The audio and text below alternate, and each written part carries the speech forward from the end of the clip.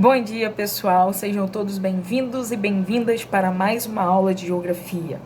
Ok? É um prazer estar aqui na presença de vocês. Continuando a nossa aula passada, onde a gente deu início aí sobre as características naturais do Brasil. E aí a gente falou um pouco sobre o nosso relevo, Lembrando, relevo que é a forma da superfície terrestre, tá? Bom, hoje a gente vai dar início lá na página 39, ok? Na última aula, nós falamos das formas de relevo, Nós falamos que o Brasil apresenta 3 formas de relevo: planaltos, planícies e depressões, onde nós teremos 11 planaltos, 11 planaltos, 11 depressões e 6 planícies. Nós dissemos também que aqui no estado do Rio de Janeiro vão predominar os planaltos, tá? Bem resumido o que a gente falou na última aula.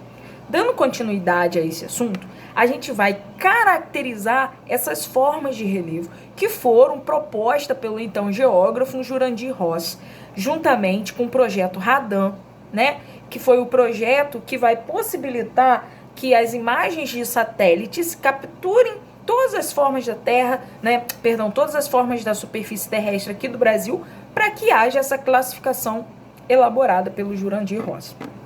Então, na página 39, a gente vai estar vendo aí, iniciando, na verdade, a caracterização dessas formas de relevo. Pega um livro que eu vou pedir para vocês grifarem. Bom, os planaltos, olha a definição dos planaltos. Planalto é uma superfície irregular com altitudes elevadas que sofre com mais intensidade o processo de erosão que o de sedimentação, ou seja, por estar localizado numa altitude maior, esses planaltos eles estão mais propensos a receberem a ação da erosão, ou seja, a retirada de sedimentos pela água, pelo vento, e esses sedimentos serão transportados, para as áreas mais baixas, ok? Então, a gente vai ter uma deposição de sedimento muito menor nos planaltos e, consequentemente, uma maior ação da erosão, a retirada desses sedimentos.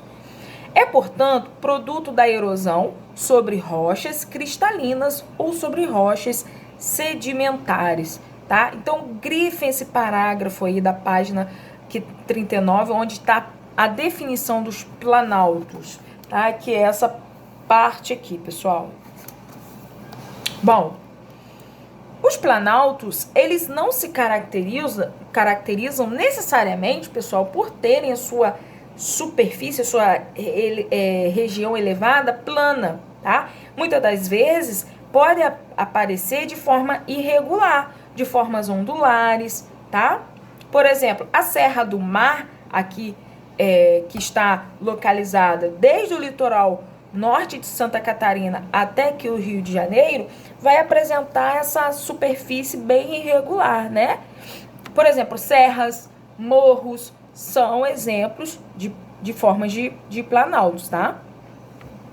Bom, os planaltos vão cobrir a maior parte do território brasileiro, tá?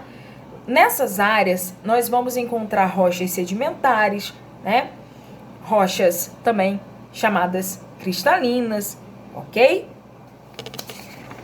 Seguindo. Na página 40, nós vamos ter lá em cima a definição de depressões. Vamos lá? As depressões são superfícies mais rebaixadas que o relevo circundante, ou seja, nós temos um relevo que vai apresentar determinada altitude, E as depressões, elas estão abaixo dessa altitude, ou seja, abaixo dessa dimensão de planalto, normalmente, planaltos, tá? Formadas por falhas tectônicas ou processos erosivos. Lembra que eu falei que os sedimentos, são retirados lá das áreas mais altas dos planaltos e vão sendo depositados em áreas mais baixas? As depressões também recebem esses sedimentos vindo das áreas mais altas dos planaltos, tá? Muitas das depressões brasileiras se estendem a partir das bordas dos planaltos ou das bacias sedimentares. O que são bacias sedimentares, pessoal? As bacias sedimentares são áreas que recebem sedimentos vindo das áreas mais altas, como por exemplo dos planaltos. Esses sedimentos, ao serem transportados, eles vão se depositando ao longo de uma área, tá? E aí a gente tem as chamadas bacias sedimentares. Nas bacias sedimentares, nós temos 2 recursos minerais importantíssimos para a economia brasileira, que é o petróleo e o carvão mineral, tá? Que são encontrados dentro dessas bacias sedimentares. Grifem, pessoal, essa parte das depressões aqui, tá? Nos limites com os planaltos, podem apresentar escarpas ou frentes de cuestas. Cuestas são elevações irregulares, tá? Do relevo que são formadas, tá? Por camadas de rochas com diferentes resistências, tá? Não precisa gravar esses nomes de cuesta, essas coisas não precisa, tá bom? Só para vocês poderem entender. E as planícies, né? Elas se denominam-se planícies, as superfícies relativamente planas, o próprio nome já diz, né? De baixa altitude e que resultam de processos de deposição de sedimentos. No Brasil, representam a menor área ocupada do relevo brasileiro.